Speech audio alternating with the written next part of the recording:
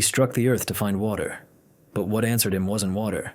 It was the voice of the land itself. The valley was dying. It lay under a white sky trembling with heat, the air thick enough to taste. The ground had cracked open like skin too long in the sun, gray, empty, ancient. Nothing grew there anymore. Not grass, not wheat, not hope. Nathan Brooks walked across the field that had once been his family's pride. Every step left a small cloud of dust behind, a ghost of what had been soil. His boots were worn, his shirt soaked through. He didn't speak. There was no one left to listen. The farm looked like a survivor that no longer believed in survival. The barn leaned to one side, ribs of wood showing through the faded red paint. The house stood quiet, its porch boards warped and splintered. Even the windmill, once a proud sign of life, no longer turned. He rose before dawn, as he always did. Habit had outlived purpose. The mornings gave him nothing now, not even cool air. By sunrise, the world was already burning. He poured the last of the well water into a rusted trough. 2 cows stood nearby, thin as shadows, their ribs pressing through their hides. Chickens scratched half-heartedly at the dust.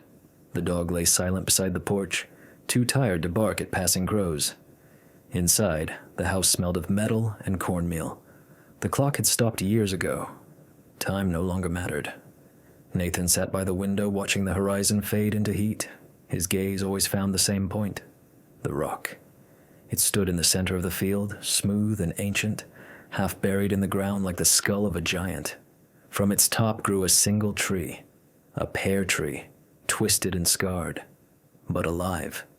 Its leaves were green even when everything else was dead. Every spring, it bloomed with white flowers that looked like snow falling in hell. His father used to call it the stubborn heart of the land. His grandfather had once tried to move that rock, believing good soil lay beneath.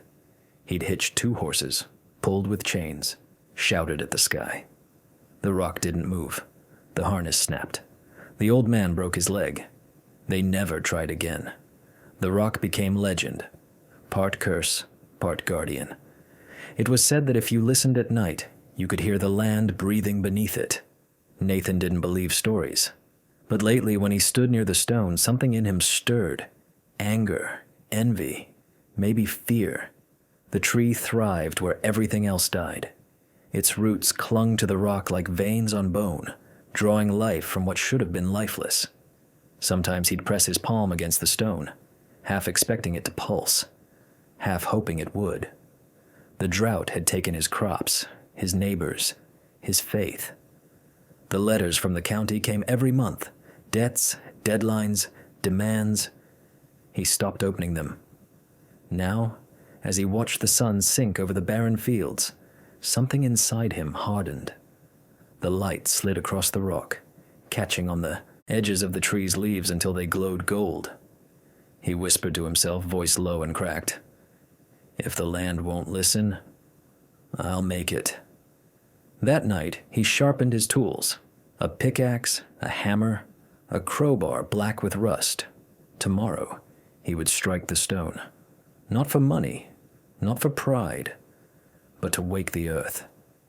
Because beneath that silence, something was waiting to breathe again. At dawn, the silence waited for him, and he answered it with a strike. The first light came slow, pale, and cruel. It crawled over the horizon, turning the cracked earth into a field of broken glass. The air was still, heavy, listening. Nathan walked toward the center of the valley with the pickaxe resting on his shoulder. His breath came out in short bursts. The ground crunched under his boots, dry as bone. The rock stood where it always had, patient, unchanging, defiant.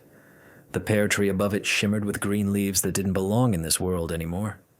They moved slightly, though no wind touched them. Nathan stopped beside the stone. For a moment, he hesitated.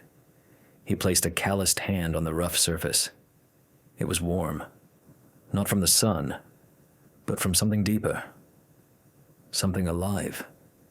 He whispered, almost as if to a living thing, "You've had your turn to stay quiet." Then he swung.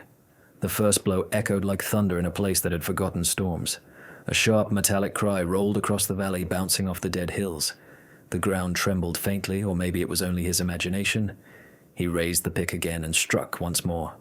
And again, and again. Each strike bit into the stone and sent pain through his arms. Dust rose in thin, ghostly clouds. Sweat burned his eyes. But he didn't stop. Hours passed without meaning. The rhythm took over. The rise, the fall, the sound of iron meeting defiance. At last, when the sun was high, he dropped to his knees, gasping. The stone was scarred now, streaked with shallow cracks like veins across its surface. He brushed the dust away with trembling fingers. Something glistened. He frowned, leaned closer. Between two fractures, a thin line of dampness shimmered, a faint trace of moisture where no rain had fallen for years. Nathan touched it. Cool. Real. His heart pounded. He pressed harder, rubbed the wet grit between his fingers, and for a moment he felt a pulse, a faint vibration deep inside the rock, as if the earth itself was breathing just beneath his hand. He pulled back, shaken. The windmill creaked in the distance. The cows stirred. The silence had changed. It wasn't empty anymore. It was listening.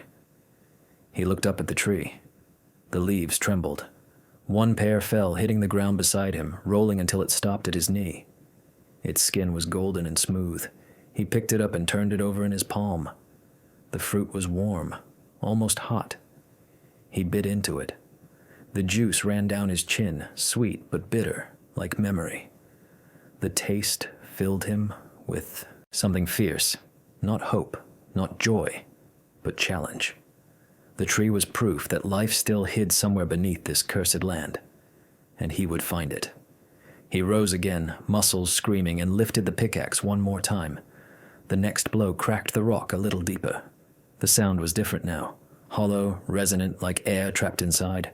Nathan froze. He listened. There it was, faint but unmistakable. A sound rising from the depths. A slow, rhythmic pulse. Not wind, not echo. Breathing. He stepped back, heart pounding, staring at the crack that shimmered in the light. Something was beneath the rock. Something waiting. As the sun began to sink, the shadows of the tree stretched long across the ground, reaching toward him like dark fingers.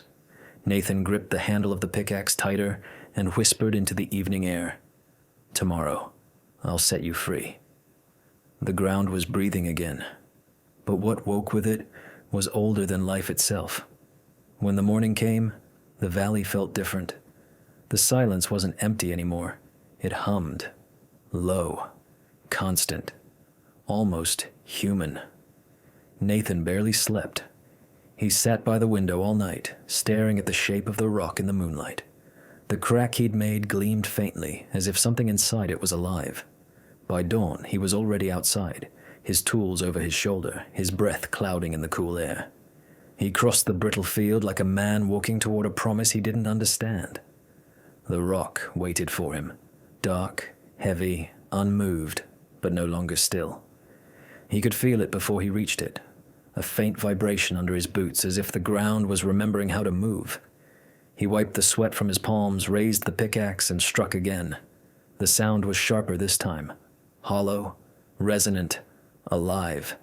Each hit echoed down into something vast and unseen. Dust filled the air. His shoulders burned, his hands tore open, but he didn't stop. By midday, the cracks had widened into veins, dark and wet. He leaned close and brushed the surface with his fingers. The moisture was stronger now, seeping out slowly, glimmering in the sun. Then he noticed it. The faintest current of air rising from the fissure. Cool, damp, clean. He inhaled deeply. The scent hit him like a memory of rain. It had been years since he'd smelled it, that sharp metallic sweetness of water touching dry soil. It filled him with hunger, a thirst so deep it felt like faith. He dropped to his knees, pressed his ear to the stone. For a heartbeat, there was nothing. Then, a sound, soft, steady, rhythmic. It was not water dripping. It was not wind moving through cracks. It was breath, slow and deep, rising from the belly of the earth. Nathan froze. His whole body went cold. He lifted his head, eyes wide, scanning the horizon. Nothing moved. Not the trees, not the clouds. Only that pulse, faint, steady, alive beneath his knees. He whispered, voice trembling, "You're still here, aren't you?" The tree above him rustled in reply. Its leaves shimmered though the air was still. He stood staring at it. The green was brighter than ever. The bark gleamed wet and dark. It looked renewed, reborn, fed by whatever stirred below. And then he saw it. Part of the rock wasn't stone at all. Beneath the dust and cracks, something metallic caught the light. Dull, curved, smooth, crafted. Not natural. Nathan scraped at it with the edge of the pickaxe, uncovering a wider section. The sound that came back was a hollow clang, deep, echoing. His breath caught. It wasn't just a hollow under the rock. Something was buried there. He crouched, wiping more dirt away, revealing the curved surface. The metal stretched beyond his reach in both directions, fading into the ground. Whatever it was, it had been sleeping for a long, long time. The air above the fissure thickened. The sound beneath the ground deepened, shifting from a slow breath to a faint, trembling hum. Nathan stepped back, his heart hammering. The earth was no longer silent. It was answering. He dropped to one knee, pressed his palm to the trembling surface, and whispered, "I hear you." For a moment, the vibration beneath his hand grew stronger, pulsing once, twice like a reply. The wind rose suddenly, sweeping across the valley, scattering dust and dry leaves. The trees shivered. The ground seemed to exhale. Nathan's voice was almost lost in the wind. Then let it begin. He asked the land for life. It gave him more than he could bear. The next morning, the world was no longer dry. Mist drifted low across the valley, pale, weightless, and wrong. It didn't belong to this place, not after so many years of dust. Nathan stepped onto the porch and froze. The air was damp. His boots sank into soft earth where cracks had once split the ground. From the field came a sound he hadn't heard in years. Dripping. He walked toward the rock, each step heavier than the last. The pear tree stood taller now, darker, its trunk glistening like wet stone. Its branches swayed in a rhythm that wasn't the wind. And the rock was bleeding. From the fissure he had struck open, water poured in a steady, silent stream. It slid down the stone and pooled around its base, darkening the soil. He crouched beside it, touching the flow. The water was warm, alive, vibrating faintly beneath his fingers. It should have been a miracle. It felt like a warning. The ground trembled softly beneath his knees, a slow, pulsing beat that rose through the soles of his boots and into his bones. He tried to tell himself it was only the shifting of soil, the pressure of water, but deep down, he knew better. He had woken something. Nathan ran his hand along the widening crack. The metal beneath was slick now, the rust washing away to reveal a dull, curved surface. It wasn't a rock anymore, it was a shell, and the earth around it was breathing harder. By noon, the trickle had become a stream. Water crept through the furrows of the dead field, tracing thin veins across the dust. The air grew thick with the smell of wet clay and iron. Insects appeared, darting over the new puddles, their wings shimmering like glass. Frogs croaked somewhere distant, a sound so alien after years of silence that it made Nathan's heart ache. He should have been joyful. Instead, he felt dread. He tried to control the water, to dig channels, guide it away from the house. But the ground wouldn't cooperate. Every trench he made filled instantly. The mud collapsed in on itself, as if the land refused to let him shape it. By late afternoon, the field shimmered like glass. The tree's roots had broken through the surface, thick cords twisting outward in every direction. Some pulsed faintly, moving as if alive. Nathan stumbled backward, breathless. The sound beneath the ground had grown louder, no longer a hum, but a heartbeat. Each vibration seemed to answer his own pulse, as though the valley had learned his rhythm. Then came the first rupture. A sharp crack split the air, followed by a deep groan from below. The earth bulged, then sagged, then burst. A column of muddy water shot upward, spraying across the field. The ground trembled. The tree lurched sideways, roots tearing through the soil like ropes snapping under strain. Nathan dropped his tools and ran for higher ground. Behind him, the valley moved. Alive, furious, unstoppable. The water swelled, devouring the field. The sound of it was not the gentle whisper of a stream, but the roar of something reborn. When it finally stopped, the air went still again. The tree leaned crookedly, half its roots exposed, its trunk glistening in the fading light. Beneath it, the rock was gone, swallowed by the flood. Nathan fell to his knees at the edge of the new water. His reflection wavered in the dark surface. A tired man, trembling, small. The valley had answered his call, but the voice it spoke with was not mercy. He whispered into the quiet, his throat raw and shaking. "What have I done?" The water rippled once, as if in reply. Then from deep beneath came a sound, low, endless, ancient, a sound that was not human at all. When the silence returned, it was no longer empty. The earth had spoken. The dawn came slow, pale and heavy with mist. It clung to the ground like breath on glass. The air was thick, the world hushed, not dead but holding its breath. Nathan opened the door and stepped outside. The porch was slick with moisture, every board dark with dampness. He froze at the sight before him. The field was gone. Where his land once stretched, cracked, lifeless, endless, now lay a vast mirror of water. A lake. Still. Perfect. Reflecting the gray morning sky. He walked forward carefully, his boots sinking into mud where dust had lived for years. The smell was overwhelming. Wet soil, clay, and the sharp sweetness of something new being born. At the center of it all, half submerged and broken, stood the pear tree. Its trunk leaned at an angle, roots twisting into the depths below. The stone that had stood beneath it for generations had vanished completely, swallowed by the flood it had released. Nathan stopped at the edge of the water. The lake stretched farther than his eyes could follow, its surface rippling with faint circles.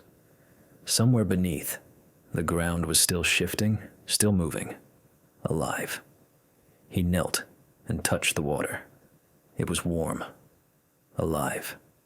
When he lifted his hand, the droplets glimmered on his skin like silver. He smelled metal, the scent of time itself, old and endless. He should have been afraid, but what he felt instead was awe. The land had answered him, not with rain, not with crops, not with forgiveness, but with transformation. He looked toward the fallen tree. Something moved beside it, a small green stem, fragile and new, rising from the shallows near the trunk. A young pear tree. Nathan stared at it for a long time, barely breathing. It trembled in the windless air, leaves bright against the water's surface. Life had returned, not by his hand, but by the will of the earth itself. He sat down at the water's edge. The mist began to lift, revealing shapes on the distant hills, birds circling, reeds swaying, the faint shimmer of fish below the surface. The valley was no longer silent. It hummed softly like a heartbeat. For the first time in years, Nathan smiled. Not with triumph, but with peace. He thought of his father, of his grandfather, men who had tried to control the land, to command it, to own it. They had never understood. The land was never theirs to keep. It had only been waiting for someone to listen. He spoke quietly into the morning air. "You were never sleeping, were you? Just waiting." The breeze stirred, carrying the faint scent of blossoms across the lake. The young tree's leaves fluttered, catching the light. And somewhere beneath the water, deep below the surface, came that sound again. The slow, steady pulse that had haunted his dreams. Only now it was calm, steady, no longer restless. A living silence, Days passed. The new lake settled. Birds returned. Frogs sang. The earth softened, rich and dark. People from nearby towns came to see it, the miracle lake that had appeared from nowhere. They called it Brooks Hollow, after the man who had broken the stone. But Nathan said nothing. He didn't claim it. He knew the truth, that he had awakened something far older than himself. At sunset, he often sat by the shore, watching the young tree grow taller, its reflection trembling in the water. And as the wind moved through its branches, he could still hear it, the faint, rhythmic whisper of the land breathing. It no longer frightened him. It comforted him, because now he understood. He had never owned this valley. He had only belonged to it.